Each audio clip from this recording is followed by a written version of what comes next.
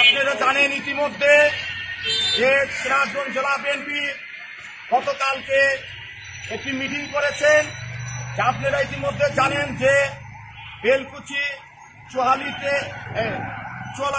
এবং এনায়তপুরে কমিটি দিয়াকে কেন্দ্র করে একজন যে সকল স্ট্যাটাস ফেসবুকে দিয়েছেন রবিউল মোড়া, আমিনুল ইসলাম খান আলিম, সেই ব্যাপারে আমাদের 11টি অঙ্গ সংগঠনের পক্ষ থেকে তাকে কোন ধরনের সিদ্ধান্ত নেওয়া হয়েছে সেই সিদ্ধান্তের ব্যাপারে তাকে যে অবাঞ্ছিত ঘোষণা করা হয়েছে সেই অবাঞ্ছিত ঘোষণা আজকে ঘোষণা দেবেন সিরাজগঞ্জ যুব দলের সংগ্রামী সভাপতি যুবনেতা মির্জা আব্দুল জব্বার বাবু।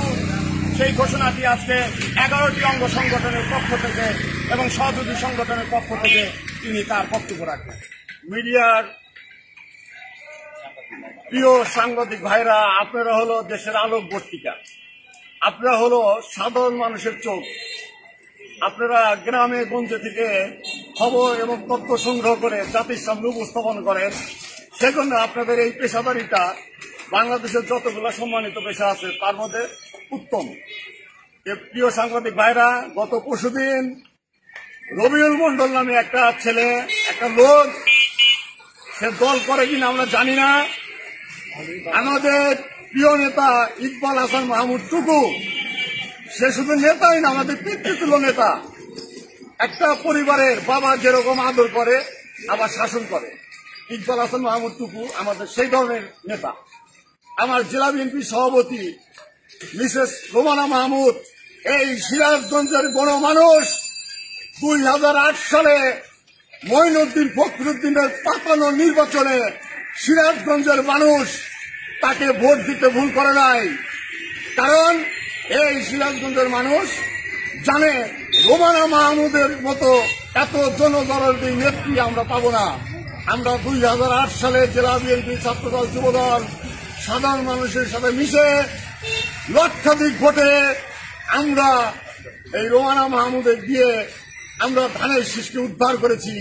আমিনুল ইসলাম আলিম, তিনি ছাত্রদলের সাবেক সেক্রেটারি, আমিনুল ইসলাম খান আলিম ছাত্রদলের সাবেক সাধারণ সম্পাদক ছিলেন। তিনি বর্তমান কেন্দ্রীয় বিএনপির সহপ্রচার সম্পাদক এবং তিনি সিরাজগঞ্জ জেলা বিএনপির সদস্য।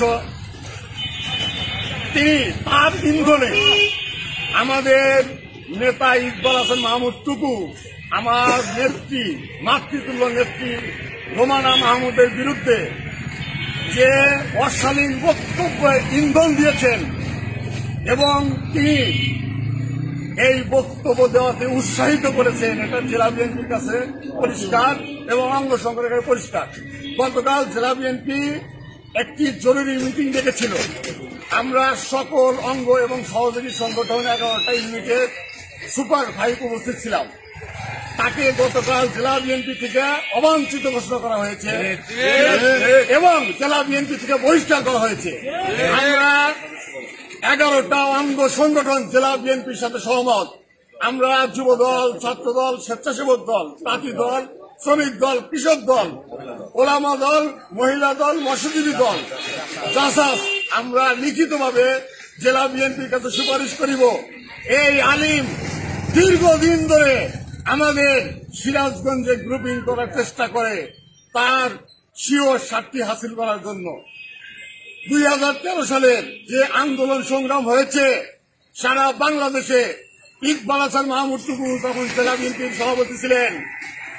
আমরা সিরাজগঞ্জের যে আন্দোলন সংগ্রাম করেছি সেটা প্রিন্ট, ইলেকট্রনিক মিডিয়া সারা বাংলাদেশের মধ্যে যদি 2 জন ডিস্ট্রিক্ট আন্দোলন সংগ্রামে শ্রেষ্ঠ হয়ে থাকে তার মধ্যে টুকু ভাইয়ের ডিস্ট্রিক্ট সিরাজগঞ্জ একটা।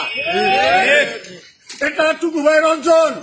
টুকু ভাই শুধু টুকু ভাই না, টুকু ভাই জাতীয় স্থায়ী কমিটির একজন সম্মানিত সদস্য। টুকু ভাই জাতীয় রাজনীতির একটা থিঙ্ক ট্যাঙ্ক।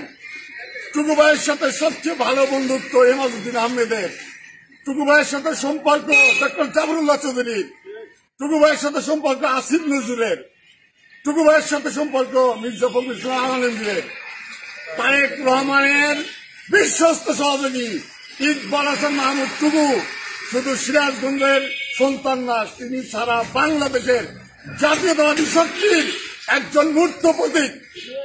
আমরা তার বিরুদ্ধে যে কুরুচিপূর্ণ আচরণ করেছে, আমরা 11টি অঙ্গ সংগঠনের পক্ষে আমরা আলিমকে সারা সিরাজগঞ্জ থেকে অবাঞ্ছিত ঘোষণা করি।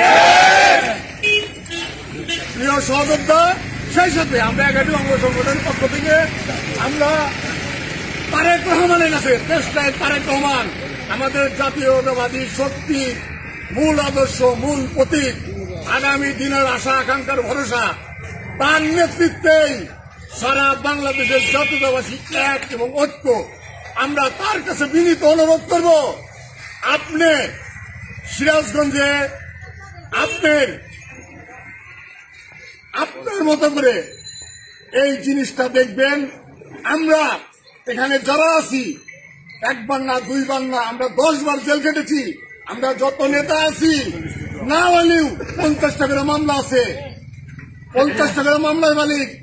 আমার অনেক নেতা জেলখানা থেকে এসে বাবার জানাজা করছে, মায়ের জানাজা করছে, তবুও আমরা শহীদ জিয়া সৈনিক, আমরা রাজপথ ছাড়ি নাই। টুকু ভাই বলেছে, যদি এই দেশকে গণতন্ত্র উদ্ধার করতে চাও, বুকের তাজা রক্ত ঢেলে দিবা, তোমাদের রাজপথে দেখতে চাই। সেই নেতাকে নিয়ে এত কুরুচিপূর্ণ মন্তব্যে আমরা আহত, আমরা মর্মাহত, আমরা ব্যথিত।